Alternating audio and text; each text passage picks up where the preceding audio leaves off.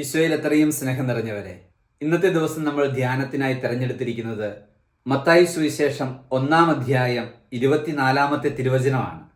അതിപ്രകാരമാണ്: Joseph നിദ്രയിൽ നിന്നുണർന്ന് കർത്താവിന്റെ ദൂതൻ കൽപ്പിച്ചതുപോലെ പ്രവർത്തിച്ചു. അവൻ തൻ്റെ ഭാര്യയെ സ്വീകരിച്ചു. പ്രിയപ്പെട്ടവരെ, യൗസേപ്പ് പിതാവിന്റെ ജീവിതമാണ് വചനം നമ്മുടെ മുന്നിൽ അവതരിപ്പിക്കുക. അവൻ്റെ ജീവിതത്തിൽ പ്രാവർത്തികമാക്കിയ ഏറ്റവും വലിയൊരു നന്മയായി ഞാൻ മനസ്സിലാക്കുക, ദൈവത്തിൻ്റെ ദൂതൻ അവനോട് പറഞ്ഞത് അവൻ കേട്ടു. പ്രിയപ്പെട്ടവരെ, ഈ ക്രിസ്തുമസ് കാലഘട്ടത്തിൽ വിശുദ്ധ യൗസേപ്പ് പിതാവ് നമ്മളോട് പറയാൻ വേണ്ടി ആഗ്രഹിക്കുന്നതും അതുതന്നെയാണ്.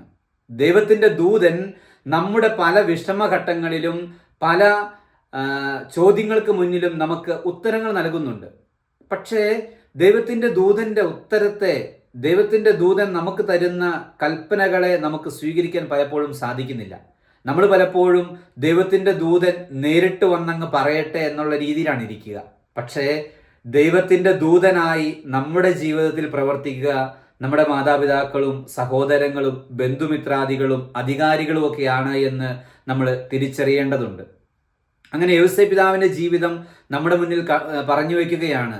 ദൈവത്തിൻ്റെ ദൂതൻ അവനോട് പറഞ്ഞത് അവൻ കേൾക്കുവാൻ തയ്യാറായപ്പോൾ ദൈവീക പദ്ധതിയിൽ യൗസേപ്പ് പിതാവ് ഭാഗമായി തീരുകയാണ്. പ്രിയപ്പെട്ടവരെ, ഈ ക്രിസ്തുമസ് കാലഘട്ടത്തിൽ നമുക്കും പരിശ്രമിക്കാം യൗസേപ്പ് പിതാവിനെ പോലെ ദൈവത്തിൻ്റെ ദൂതൻ്റെ സ്വരം കേൾക്കാൻ. അത് ഞാൻ നേരത്തെ പറഞ്ഞതുപോലെ ആരുമാകാം.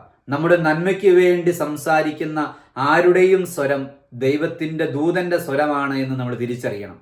അപ്പം അപ്രകാരം ദൈവദൂതൻ്റെ സ്വരം തിരിച്ചറിഞ്ഞ് കൂടുതൽ വിശുദ്ധിയിലും കൂടുതൽ ദൈവസ്നേഹത്തിലും പരസ്പര സ്നേഹത്തിലും ഒക്കെ വളരുവാനുള്ള ഒരു കാലഘട്ടമായി ഈ ക്രിസ്തുമസ് കാലഘട്ടം മാറട്ടെ എന്ന് സ്നേഹത്തോടെ ആശംസിക്കട്ടെ. ദൈവം നമ്മളെ സമൃദ്ധമായി അനുഗ്രഹിക്കട്ടെ.